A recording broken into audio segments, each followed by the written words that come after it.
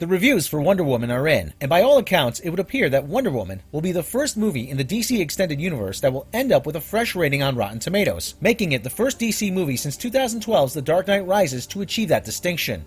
It was a long way there, though. In this video, we will cover the development of the Wonder Woman movie and the background for the immense expectations placed upon it. Then we will move on to the various controversies the movie faced leading up to its release, and what Wonder Woman being a hit means for the future of the DCEU. A Wonder Woman movie has been a long time coming and has been in some stage of development for the last 2 decades. Plans were in motion as early as back in 1996 when Ivan Reitman was attached to the project. During the early 2000s, the movie was being developed by producer Joel Silver, and at different times, Sandra Bullock, Angelina Jolie, Catherine Zeta-Jones, and Lucy Lawless were all in talks to star. In 2007, Joss Whedon was attached as director, and he wanted Cobie Smulders for the role. Like with previous incarnations of the movie, though, that too fell apart. While on TV, the pilot for David E. Kelley's Wonder Woman, starring Adrian Palicki, did not get picked up for a full series. Wonder Woman simply didn't become a real priority for the studio until the DC Extended Universe. Many people tend to forget it now, but Warner's initial plan was for the Iron Man-inspired Green Lantern to kick off the DC Cinematic Universe back in 2011. Since that movie bombed with everyone and everything upon release, it was later reassigned as a standalone movie, while Man of Steel became the new beginning of the DC Cinematic Universe. To the shock and surprise of fans by then used to Nolan's critically and commercially successful Batman movies, the Nolan-produced, Zack Snyder-directed Man of Steel underperformed relative to expectations, and had begun the DCEU's tradition of rotten movies. Instead of pressing forward with Man of Steel 2, the powers that be turned around and made Batman vs. Superman instead, a movie which would course correct and address the perceived shortcomings of Man of Steel. Furthermore, the architects behind the plan for the DC Extended Universe, Zack Snyder, his wife Deborah Snyder, writer David Goyer, and producer Charles Roven, among others, mapped out several DC movies to come in the Batman vs. Superman mold, all the way up until Justice League Part 2. All of that rode on Batman vs. Superman, though, and needless to say, that didn't work out quite as well as they hoped. In the aftermath of Batman vs. Superman, Warner was scrambling behind the scenes to course correct again. A new management team was put in place, Charles Roven was fired, Justice League 2 was cancelled, the original plan mapped out by Snyder and company was discarded, and all in-production DC movies were mandated to undergo changes so as to take them further away from what was perceived to be the shortcomings of Batman vs. Superman.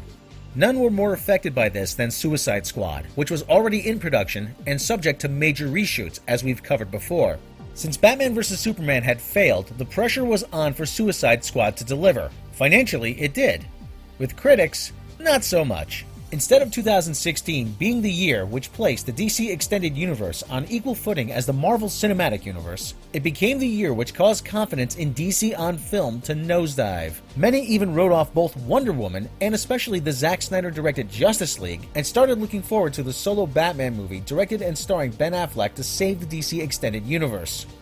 Alas, 2017 of course started with Affleck calling his involvement with that Batman movie into question, and later dropped out of directing it altogether. At the time of making this video, it is still up in the air if he will ever star as Batman again, or if Justice League will be the last time we see Ben Affleck in the role of Batman. Against this backdrop, the pressure was on Wonder Woman to deliver, not just to give the DC Extended Universe a much-needed boost, but also because Wonder Woman is the first female-led superhero film, unless you count Elektra, Catwoman, and Supergirl, which those making that claim simply don't. In short, the pressure is on for Wonder Woman to deliver. On December 4, 2013, the world learned that Israeli model turned actress Gal Gadot, most known for the Fast and Furious movies, had been cast as Wonder Woman. Many were vocally disappointed, as Gal Gadot doesn't have either the build or quite the complexion Wonder Woman has in the comics. This would appear to be a deliberate choice from the producers, though, as the runner-ups for the role included Elodie Yung, who would go on to be cast as Elektra in Season 2 of Daredevil, and Olga Kurylenko of Quantum of Solace fame. While she might not have been the first choice of many, she did win a lot of the naysayers over in Batman vs. Superman though, as she was one of the highlights of that movie.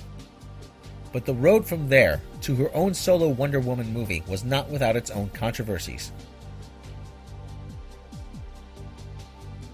In late 2015, The Hollywood Reporter revealed that Warner really had no overall plan or strategy in place for what to do with Wonder Woman, or indeed most of the other 10 announced DC movies.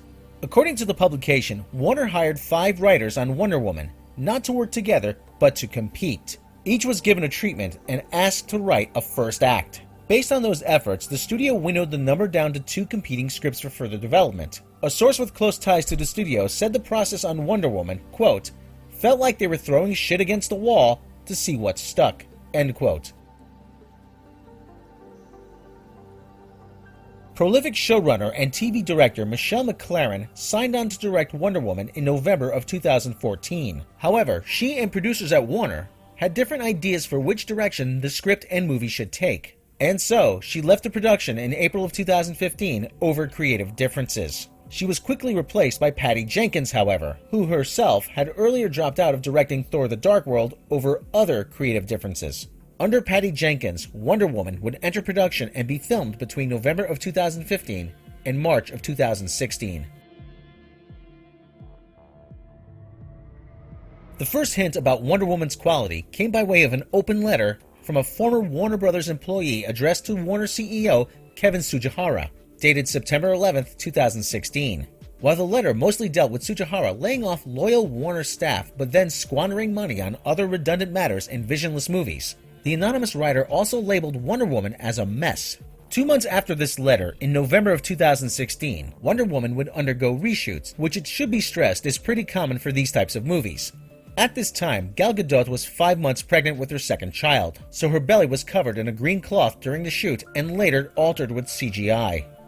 The next news item came in January, which claimed the then current edit of the movie was discombobulated and lacked a narrative flow. This is where we at Midnight's Edge reached out to our own source, who confirmed there were issues, but maintained that these were not Suicide Squad level and fixable with editing. Feedback from an early test screening back in February suggested that the narrative issues by and large had been ironed out, which is further confirmed by the reviewers who have seen the movie. It would appear that in Wonder Woman, the 4th installment in the DC Extended Universe, Warner finally managed to deliver a movie which is praised by critics. But the biggest controversies surrounding Wonder Woman are not related to the production itself, but tied into its marketing and release. On October 10th of 2016, it was announced that Wonder Woman will be appointed an honorary ambassador in support of the UN Sustainable Development Goal No. 5, to achieve gender equality and empower all women and girls. The UN said this appointment was, quote, all about women and girls everywhere who are Wonder Women in their own right, and the men and boys who support their struggle for gender equality. This appears fitting because this is exactly what Wonder Woman stands for. However, protests ensued, not for what Wonder Woman stands for, but because she is a, quote, large-breasted white woman of impossible proportions, scantily clad in a shimmery, thigh-bearing bodysuit with an American flag motif, and because her image is, quote, overtly sexualized and not culturally sensitive. And so the ambassadorship was revoked early in mid-December. It would not be the last time protests ensued over Wonder Woman's body. In mid-March, Warner released a new Wonder Woman trailer. In it, it appeared as if Warner had digitally scrubbed Gal Gadot's armpits. Maybe Gal Gadot missed a spot with a razor that day, or maybe it was all about removing naturally occurring armpit creases. Whatever the reason, some speculated that Gadot's armpits were photoshopped to show a sheen, immaculate visage unattainable by real women. This, of course, sparked outrage, as many felt that the women of Wonder Woman's native matriarchy Themyscira shouldn't have to conform to the alleged patriarchy of our world by shaving their armpits. Rather than waiting for the protests to spread to legs and bikini lines as well, Warner quickly removed the sheen in later versions of the same footage. In late May, the Alamo Drafthouse announced that they would be hosting a number of female-only screenings. On their webpage, they wrote, "Apologies, gentlemen, but we're embracing our girl power and saying no guys allowed for one special night at the Alamo Ritz. And when we say people who identify as women only, we mean it. Everyone working at this screening, venue staff, projectionist, and culinary team will be female." Quite a few fans, male and female alike, were vocally unhappy about this, citing that gender equality shouldn't be about excluding male fans from the proceedings. Right on cue, the very same outlets who last year were quick to label anyone not wildly in favor of Paul Feig's Ghostbusters as misogynist manchilds were quick to label everyone not supportive of female-only Wonder Woman screenings as man-babies and other smears Ghostbusters fans in particular have heard before. The sad irony here is that those who are excluded from these screenings, the male fans of Wonder Woman who are dying to see the movie and who happen to be based near the Alamo Drafthouse Theater, are unlikely to be the biggest sexists out there.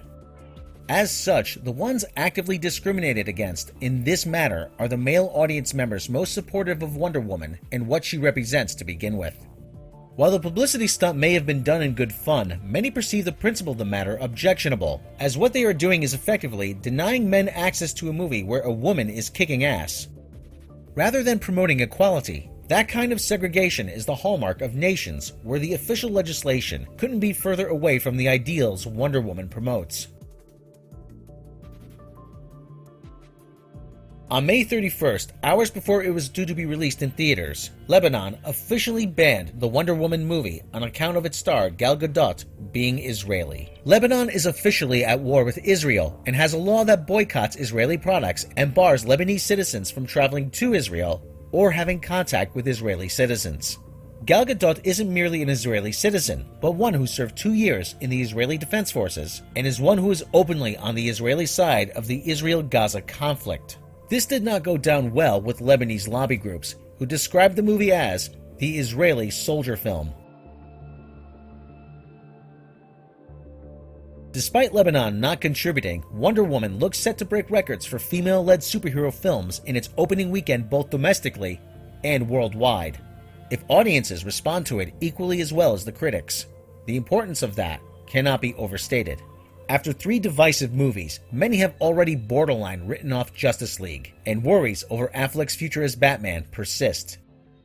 Against this backdrop, DC on film was and is in desperate need of a hit, and something to give DC fans hope for the future, general audiences a reason to be excited about the brand, and investors a reason to keep on investing.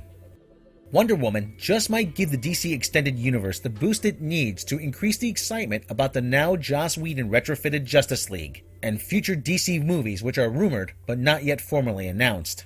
Expect Wonder Woman to take a bigger role in them.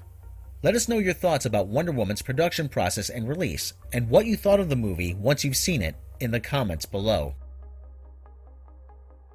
If you like this video, then please hit that subscribe button. Due to recent changes made by YouTube, we also encourage all of our subscribers, both new and old, to please hit that bell icon next to the subscribe button as well, so you will be notified when new videos are uploaded. Be sure to check back for news and analysis of the happenings and corporate politics behind the scenes of your favorite genre movies, as well as explorations of your favorite characters and their backgrounds and context here at Midnight's Edge.